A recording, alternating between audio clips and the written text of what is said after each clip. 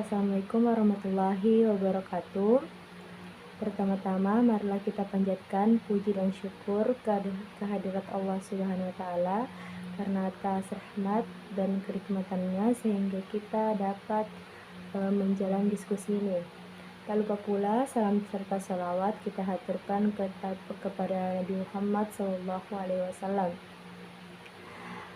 Pada kesempatan kali ini, kami dari kelompok 3 akan mempresentasikan mengenai taksonomi Bloom dan taksonomi Bloom revisi. Adapun anggota dari kelompok 3 yaitu saya sendiri, Anissa Nugrah, Misanul Falak, Nuzul Rahmadani, dan juga Nurul Holisa. Sebelum melangkah ke materi inti, ada baiknya kita mengetahui terlebih dahulu apa sih sebenarnya itu taksonomi Bloom. Nah, taksonomi adalah sebuah kerangka untuk mengklasifikasikan pernyataan-pernyataan yang digunakan untuk memprediksi kemampuan peserta didik dalam belajar sebagai hasil pembelajaran. Adapun materi selanjutnya akan disampaikan oleh teman kelompok saya. Materi selanjutnya yaitu hubungan antara tujuan kurikulum, bahan ajar, dan alat evaluasi. Jadi ketiga komponen itu berbanding lurus atau saling berkaitan antara satu sama lain, di mana untuk mencapai tujuan kurikulum itu diperlukan adanya bahan ajar dan proses pembelajaran. Nah, bahan ajar ini disusun secara sistematis yang digunakan guru atau siswa sebagai acuan dalam menjalankan proses pembelajaran. Lalu dilakukanlah evaluasi untuk mengetahui tercapai atau tidaknya tujuan pembelajaran ini, di mana instrumen evaluasi yaitu tes dan non-tes. Untuk materi selanjutnya yaitu prinsip dasar taksonomi. Prinsip dasar taksonomi sendiri terbagi menjadi 4 macam prinsip, yaitu prinsip metodologis, prinsip psikologis, prinsip logis, dan prinsip tujuan.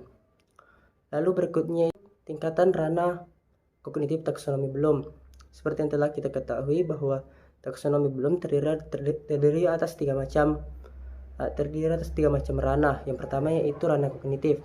Untuk ranah kognitif sendiri terdiri atas 6 macam tingkatan. Yang pertama yaitu pengetahuan, lalu pemahaman, penerapan, analisis, sintesis, dan evaluasi. Lalu untuk tingkatan ranah afektif lalu untuk instrumen yang dapat digunakan untuk ranah kognitif dapat berupa soal tes uraian ataupun soal objektif. Lalu materi berikutnya yaitu tingkatan ranah afektif dan psikomotorik. Untuk ranah afektif sendiri terbagi menjadi beberapa tingkatan, yaitu penerimaan, menanggapi, penilaian, mengelola, dan karakterisasi. Untuk ranah psikomotorik terdiri dari persepsi, kesiapan, merespon, mekanisme, respon tanpa kompleks, penyesuaian, dan penciptaan. Adapun instrumen penilaian yang dapat digunakan dalam mengukur ranah afektif dan psikomotorik dapat berupa penilaian non-tes berupa observasi dan angket atau kuesioner. Untuk materi selanjutnya akan disampaikan oleh teman kelompok saya. Baiklah, di sini saya akan melanjutkan materi dari kelompok saya, yaitu mengenai perbedaan taksonomi Bloom sebelum dan setelah revisi. Nah, untuk sebelum revisi itu dimulai dari tingkatan bawah dulu, yaitu dimulai dari pengetahuan, memahami, aplikasi, analisis, sintesis, dan evaluasi.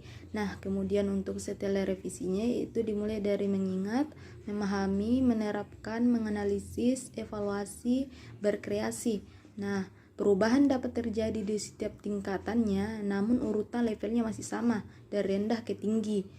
Perubahan mendatar terletak pada level 5 dan 6. Baiklah, selanjutnya akan dilanjutkan oleh teman kelompok saya.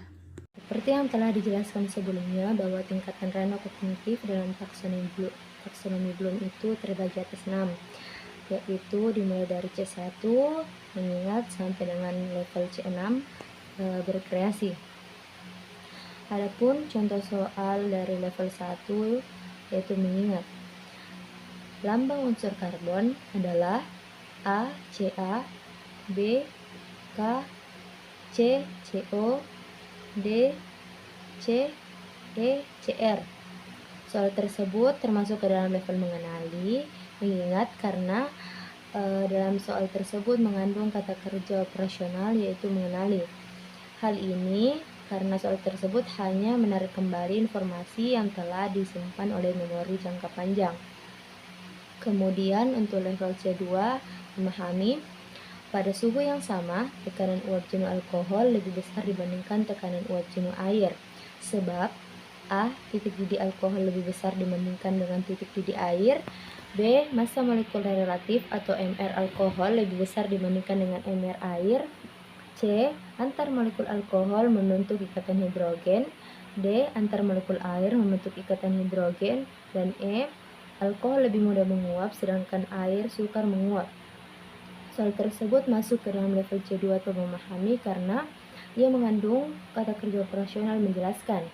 Karena dalam soal tersebut menggunakan model sebab akibat dalam suatu sistem atau permasalahan. Untuk level ketiga yaitu C, menerapkan. Seorang siswa SMA ingin mengetahui kadar cuka makanan yang biasa dijual di pasaran. Apakah yang harus dilakukan siswa tersebut? Nah, soal ini termasuk ke dalam level C3 atau menerapkan karena dalam soal tersebut mengandung kata kerja operasional mengimplementasikan. Karena dalam soal tersebut ia dapat memilih dan menggunakan prosedur yang sesuai untuk menyelesaikan permasalahan tersebut. Selanjutnya, untuk level C4 yaitu menganalisis. Logam besi, misalnya paku, kalau dibiarkan di tempat terbuka akan berkarat. Bagaimanakah tahapan-tahapan sehingga bisa terjadi demikian? Nah, soal tersebut masuk ke dalam C4 atau menganalisis karena ia mengandung kata kerja operasional membedakan. Hal ini dikarenakan karena soal tersebut menuntut adanya kemampuan untuk menentukan mana saja tahapan-tahapan yang relevan untuk menyelesaikan permasalahan tersebut. Kemudian untuk level C5 atau menilai, untuk mengetahui faktor luas permukaan terhadap laju reaksi, seorang siswa mencatat waktu yang dibutuhkan oleh suatu gas hasil reaksi untuk mengisi balon dari zat yang berbentuk padatan dan serbuk. Apakah percobaan tersebut ini sudah benar? Pertanyaan tersebut masuk ke dalam level C5 karena ia mengandung kata kerja operasional mengkritik. Dalam pertanyaan tersebut terjadi kegiatan menilai apakah percobaan ini sudah tepat atau belum. Kemudian untuk level terakhir yaitu C6, berkreasi. Adapun contoh soalnya yaitu beberapa jenis tumbuhan bisa digunakan sebagai indikator asam basa, seperti kunyit, mahkota bunga, dan kolbit. Rumuskan beberapa hipotesis yang sesuai dengan fenomena tersebut. Berdasarkan hipotesis tersebut, buatlah rancangan suatu eksperimen untuk menguji hipotesis tersebut. Lakukan percobaan atau eksperimen berdasarkan rancangan tersebut dan kembangkan alat yang sesuai untuk melakukan percobaan tersebut.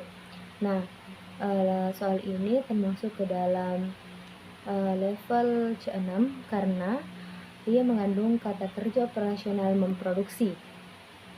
Dalam soal tersebut diperlukan adanya cara untuk memecahkan masalahnya melalui suatu kegiatan. Demikian hasil kerja kelompok kami yang dapat kami sampaikan. Lebih dan kurangnya mohon dimaafkan. Assalamualaikum warahmatullahi wabarakatuh.